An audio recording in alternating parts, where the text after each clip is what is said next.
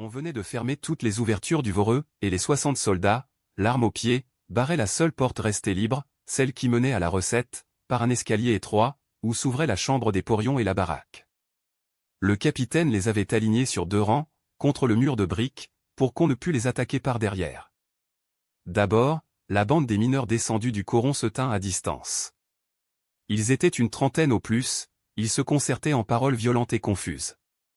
La Maheude, arrivée la première, dépeignée sous un mouchoir noué à la hâte, ayant au bras Estelle endormie, répétait d'une voix fiévreuse, « Que personne n'entre et que personne ne sorte. Faut les pincer tous là-dedans. » Maheu approuvait, lorsque le père Mouque, justement, arriva de Réquillart. On voulut l'empêcher de passer. Mais il se débattit, il dit que ses chevaux mangeaient tout de même leur avoine et se fichaient de la Révolution. D'ailleurs, il y avait un cheval mort, on l'attendait pour le sortir. Étienne dégagea le vieux palefrenier, que les soldats laissèrent monter au puits. Et, un quart d'heure plus tard, comme la bande des grévistes, peu à peu grossie, devenait menaçante, une large porte se rouvrit au rez-de-chaussée, des hommes parurent, charriant la bête morte, un paquet lamentable, encore serré dans le filet de corde, qu'ils abandonnèrent au milieu des flaques de neige fondue. Le saisissement fut tel, qu'on ne les empêcha pas de rentrer et de barricader la porte de nouveau. Tous avaient reconnu le cheval, à sa tête repliée et raidie contre le flanc. Des chuchotements coururent. C'est Trompette, n'est-ce pas? C'est Trompette. C'était Trompette, en effet. Depuis sa descente, jamais il n'avait pu s'acclimater. Il restait morne, sans goût à la besogne, comme torturé du regret de la lumière. Vainement, Bataille, le doyen de la mine, le frottait amicalement de ses côtes, lui mordillait le cou, pour lui donner un peu de la résignation de ses 10 années de fond.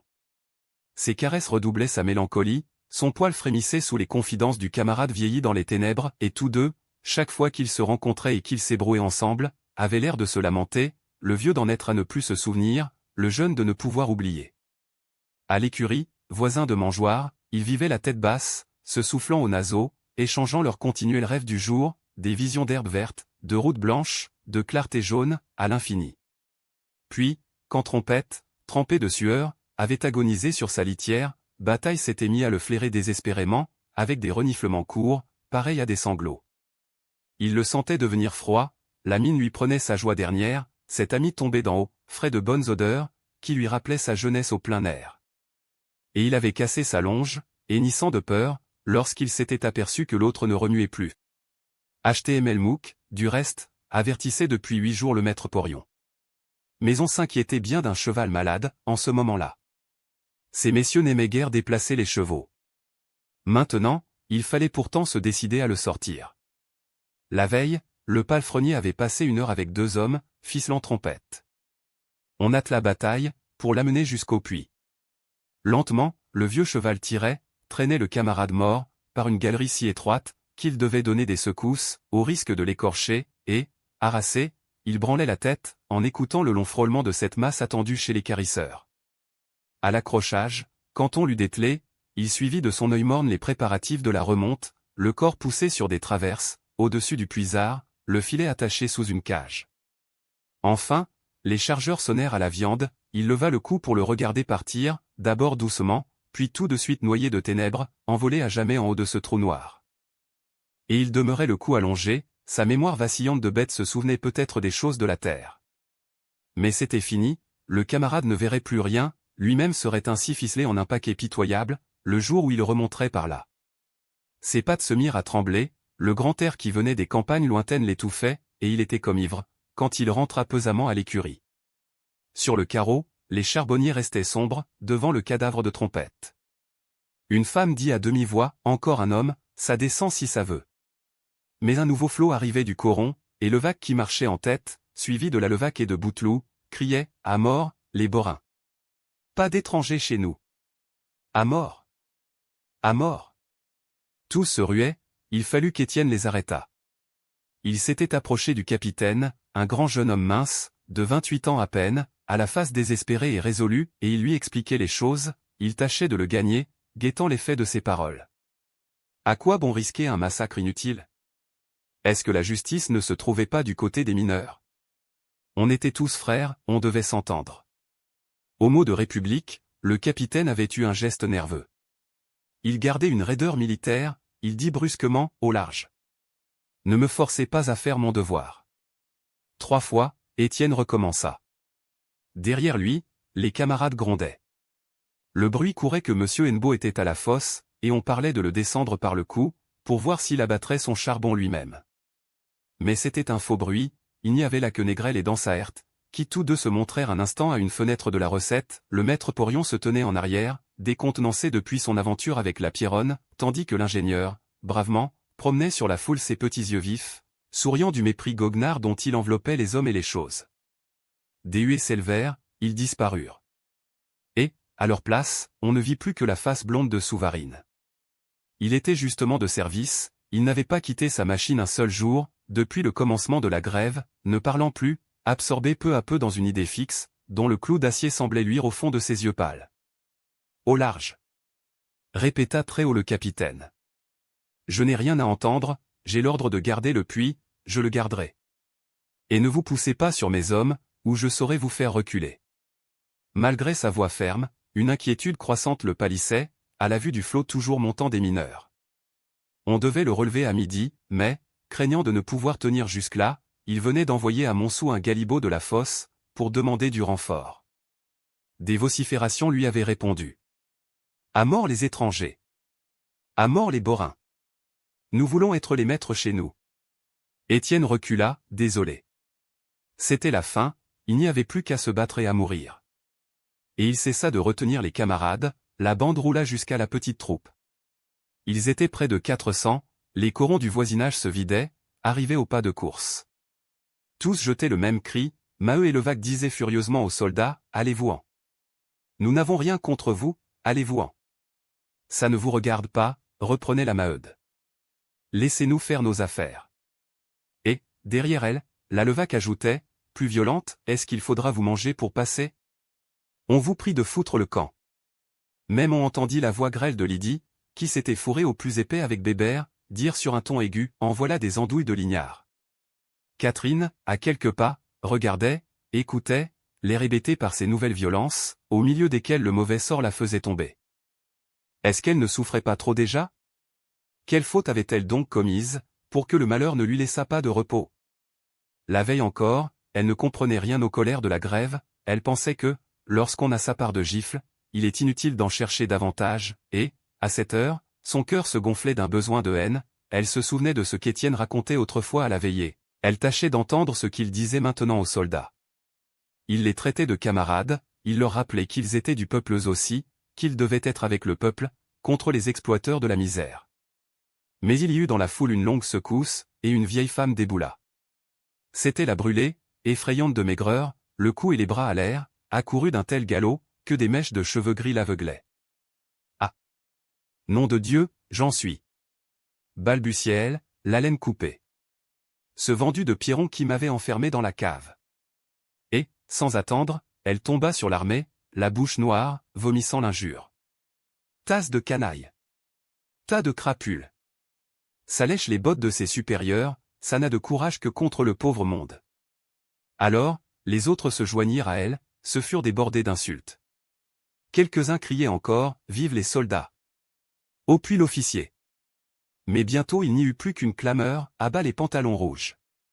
Ces hommes qui avaient écouté, impassibles, d'un visage immobile et muet, les appels à la fraternité, les tentatives amicales d'embauchage, gardaient la même raideur passive, sous cette grêle de gros mots. Derrière eux, le capitaine avait tiré son épée, et, comme la foule les serrait de plus en plus, menaçant de les écraser contre le mur, il leur commanda de croiser la baïonnette.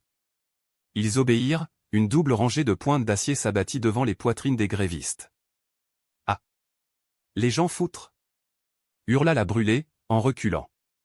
Déjà, tous revenaient, dans un mépris exalté de la mort. Des femmes se précipitaient, la Maheude et la Levaque clamaient, « Tuez-nous donc. Nous voulons nos droits. » Levaque, au risque de se couper, avait saisi à pleine main un paquet de baïonnettes, 3 baïonnettes, qu'il secouait, qu'il tirait à lui, pour les arracher, et il les tordait, dans les forces décuplées de sa colère, tandis que Bouteloup, à l'écart, ennuyé d'avoir suivi le camarade, le regardait faire tranquillement. « Allez-y, pour voir, répétait Maheu, allez-y un peu, si vous êtes de bons bougres. » Et il ouvrait sa veste, et il écartait sa chemise, étalant sa poitrine nue, sa chair velue et tatouée de charbon.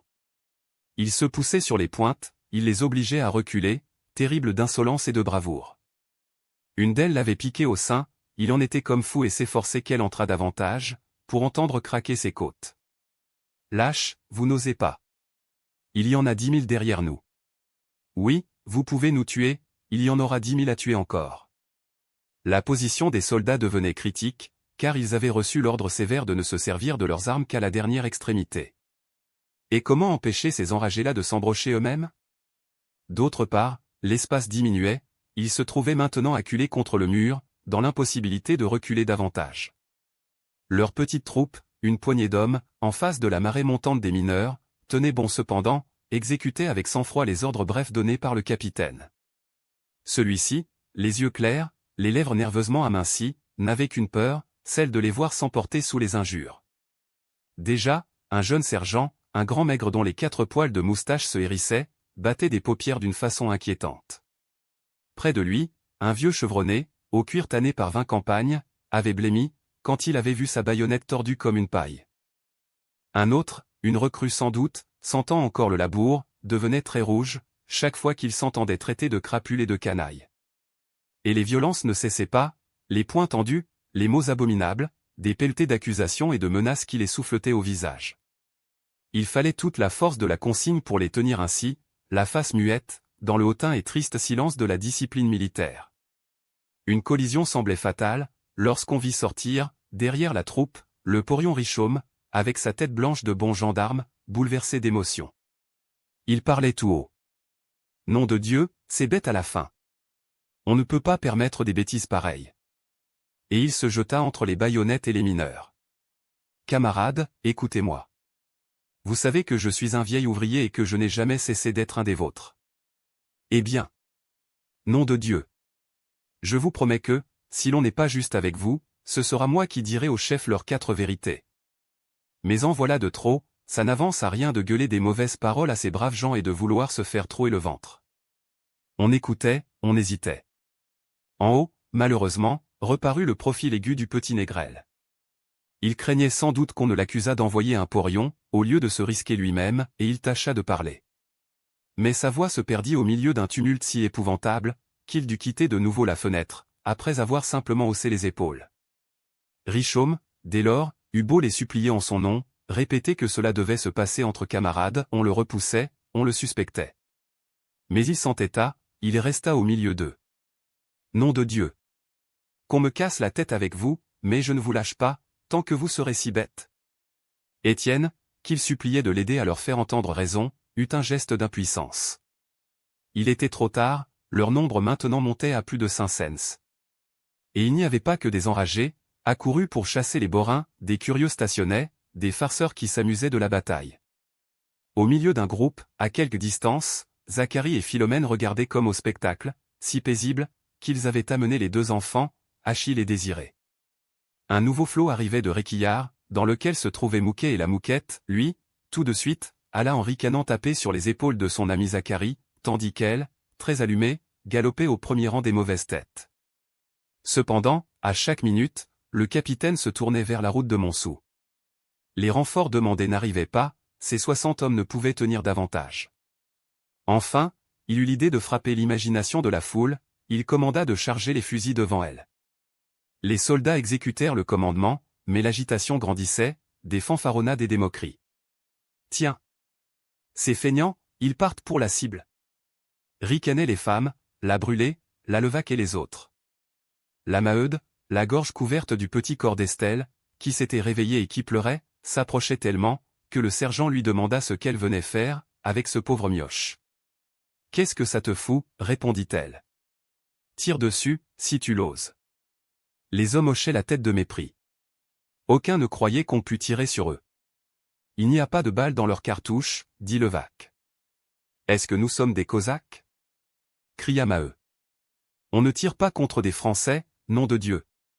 D'autres répétaient que, lorsqu'on avait fait la campagne de Crimée, on ne craignait pas le plomb. Et tous continuaient à se jeter sur les fusils. Si une décharge avait eu lieu à ce moment, elle aurait fauché la foule. Au premier rang, la Mouquette s'étranglait de fureur, en pensant que des soldats voulaient trouer la peau à des femmes. Elle leur avait craché tous ces gros mots, elle ne trouvait pas d'injure assez basse, lorsque, brusquement, n'ayant plus que cette mortelle offense à bombarder au nez de la troupe, elle montra son cul. Des deux mains, elle relevait ses jupes, tendait les reins, élargissait la rondeur énorme. « Tenez, voilà pour vous. Et il est encore trop propre, tas de salauds. » Elle plongeait, culbutait, se tournait pour que chacun en eût sa part, s'y reprenait à chaque poussée qu'elle envoyait. « Voilà pour l'officier. Voilà pour le sergent.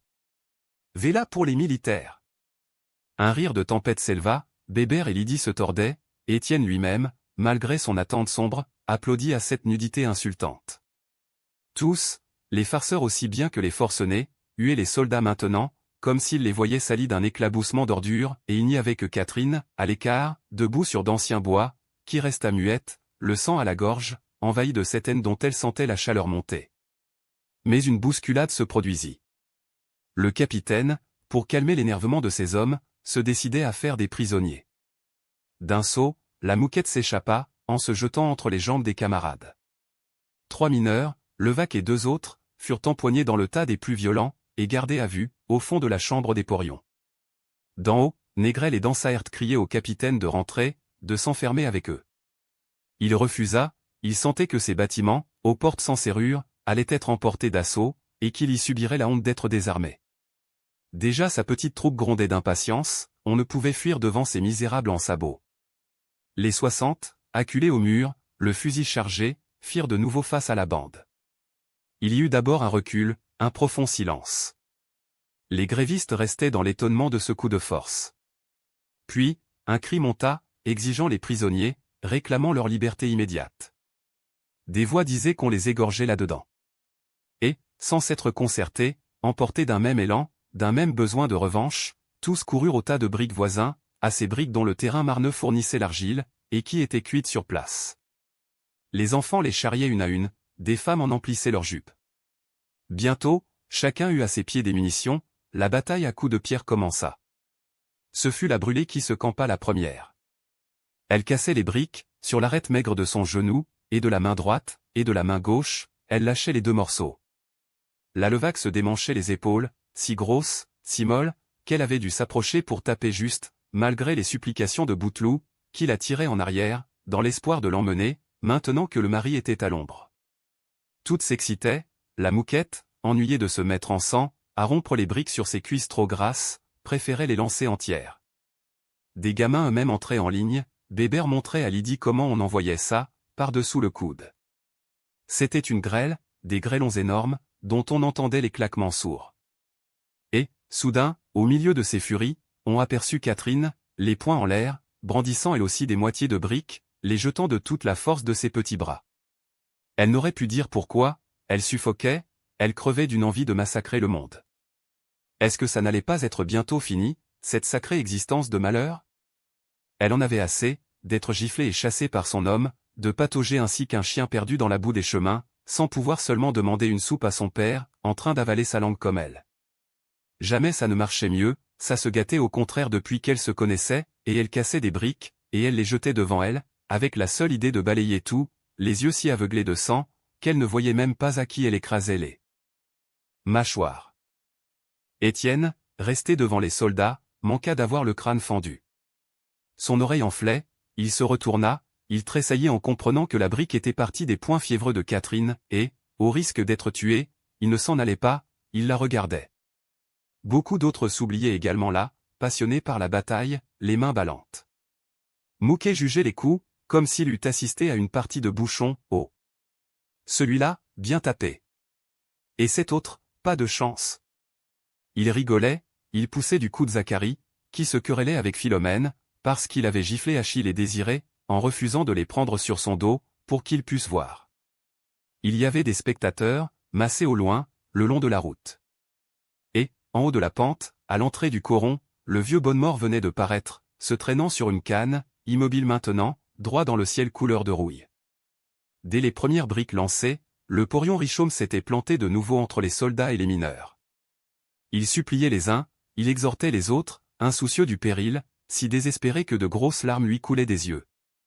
On n'entendait pas ses paroles au milieu du vacarme, on voyait seulement ses grosses moustaches grises qui tremblaient.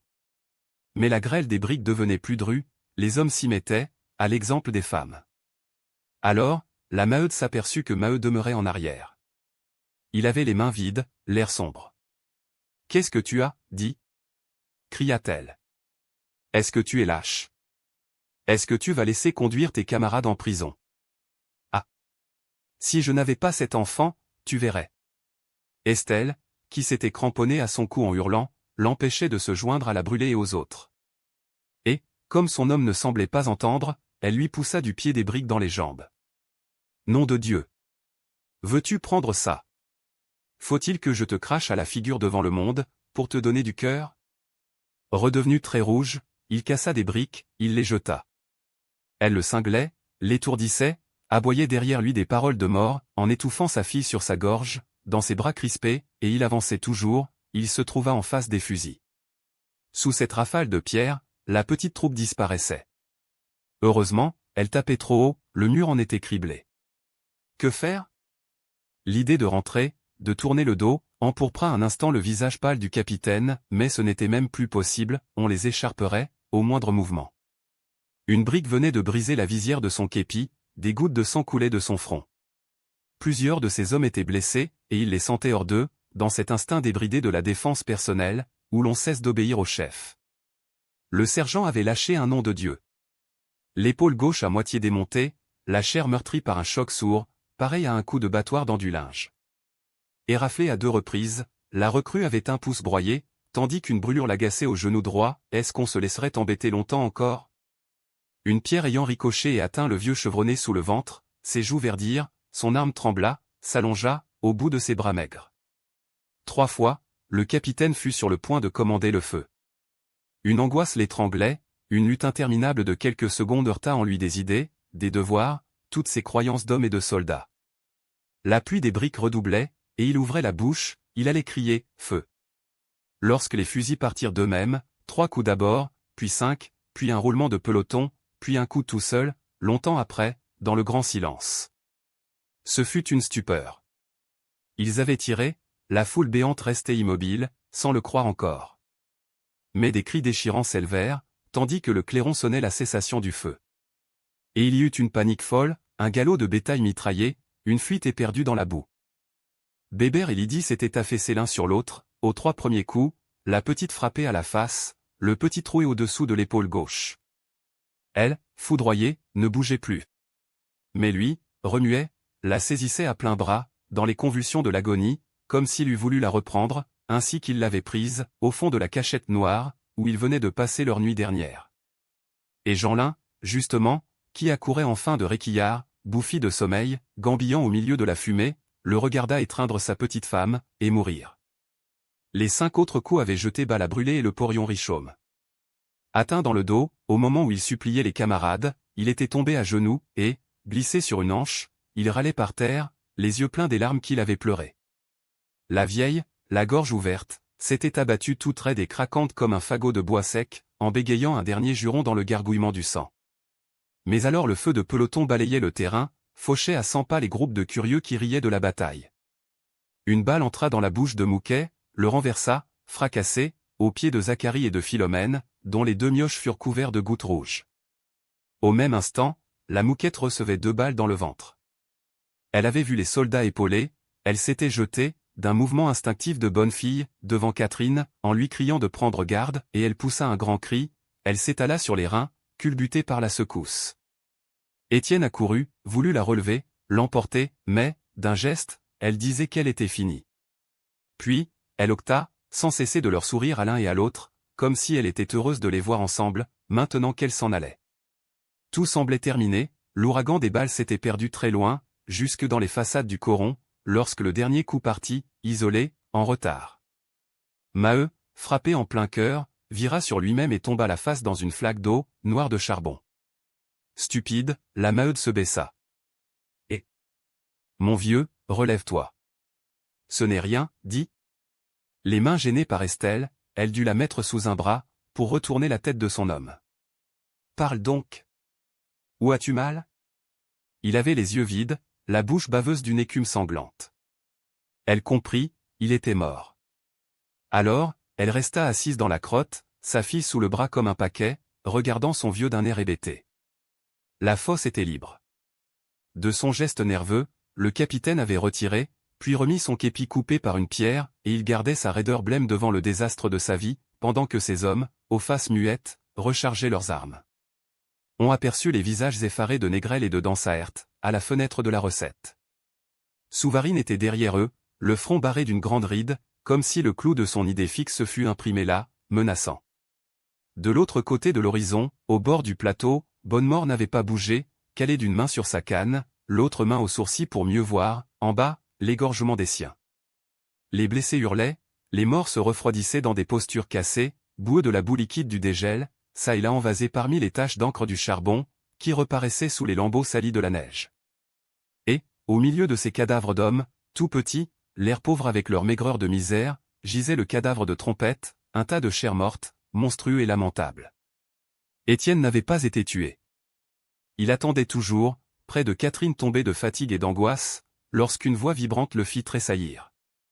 C'était l'abbé Ranvier, qui revenait de dire sa messe, et qui, les deux bras en l'air, dans une fureur de prophète, appelait sur les assassins la colère de Dieu. Il annonçait l'ère de justice, la prochaine extermination de la bourgeoisie par le feu du ciel, puisqu'elle mettait le comble à ses crimes en faisant massacrer les travailleurs et les déshérités de ce monde.